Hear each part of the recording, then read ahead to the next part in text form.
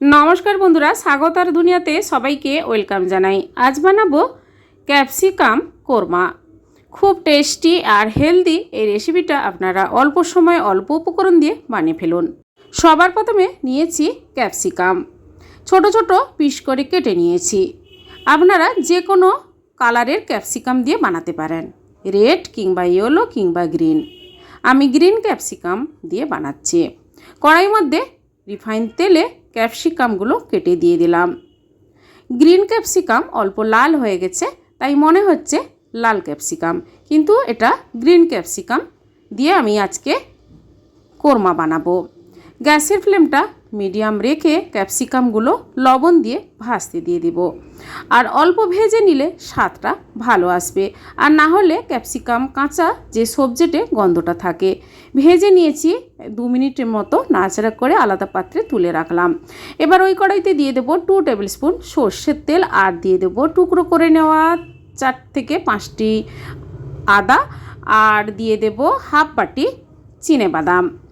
আমি এটা চিনেবাদাম দিয়েই বানাবো, আর আপনারা কাজু বাদাম ব্যবহার করতে পারেন। টমেটো আর 4 থেকে 5টি কাঁচা লঙ্কা কিছুক্ষণ নাড়াচাড়া করে ভেজে নেব। তারপর মিক্সি জারে ঠান্ডা করে পেস্ট করে নেব, স্বাদটা কিন্তু ভালো আসবে। মিক্সি জারে অল্প জল দেব, তারপর আমি একদম এইভাবে পেস্টটা করে নেব। মশলাটা পেস্ট করে নিয়েছি। এবার কড়াইয়ের মধ্যে দিয়ে দিচ্ছি 2 টেবিল স্পুন সর্ষের তেল, লবঙ্গ, দারচিনি, ছোট এলাচ দিয়ে দিলাম, একটা শুকনো লঙ্কা ফাটিয়ে দেব, আর দেব সামান্য গোটা জিরে। এই মশলাটা কিন্তু তেলের মধ্যে নাড়াচাড়া করে নেব। তারপর সুন্দর একটা গন্ধ আসলেই তারপর মিক্সিতে পেস্ট করে রাখা মশলাটা পুরো দিয়ে দেব।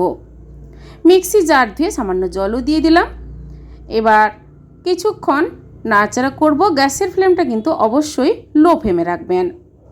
4 টেবিল স্পুন টক দই আলাদা বাটির মধ্যে ভালোভাবে ফেটিয়ে নিলাম। আর টক দইটা আপনারা ফ্রিজ থেকে বের করলে প্রায় 3 থেকে 4 ঘন্টা আগে বের করে নেবেন, তা না হলে রান্নাতে দইটা কেটে যাবে।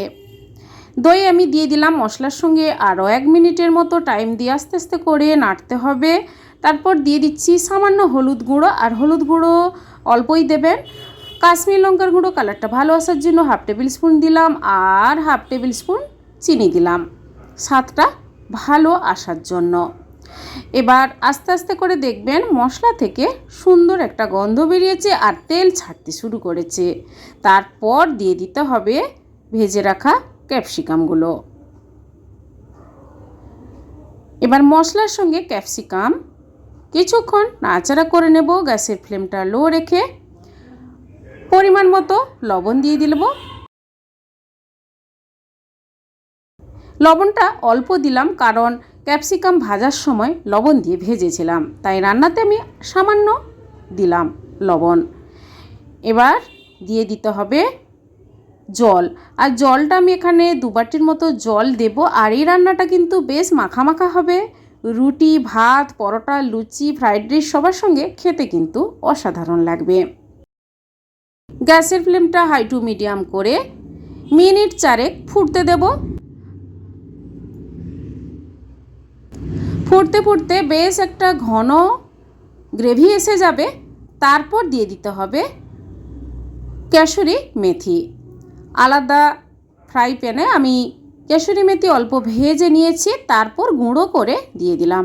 ব্যাস তৈরি হয়ে গেল ক্যাপসিকামের কোরমা। বন্ধুরা, এভাবে ক্যাপসিকামের কোরমা বাড়িতে একবার বানিয়ে খেলে বারবার বানিয়ে খেতে ইচ্ছে করবে, অসাধারণ লাগবে খেতে।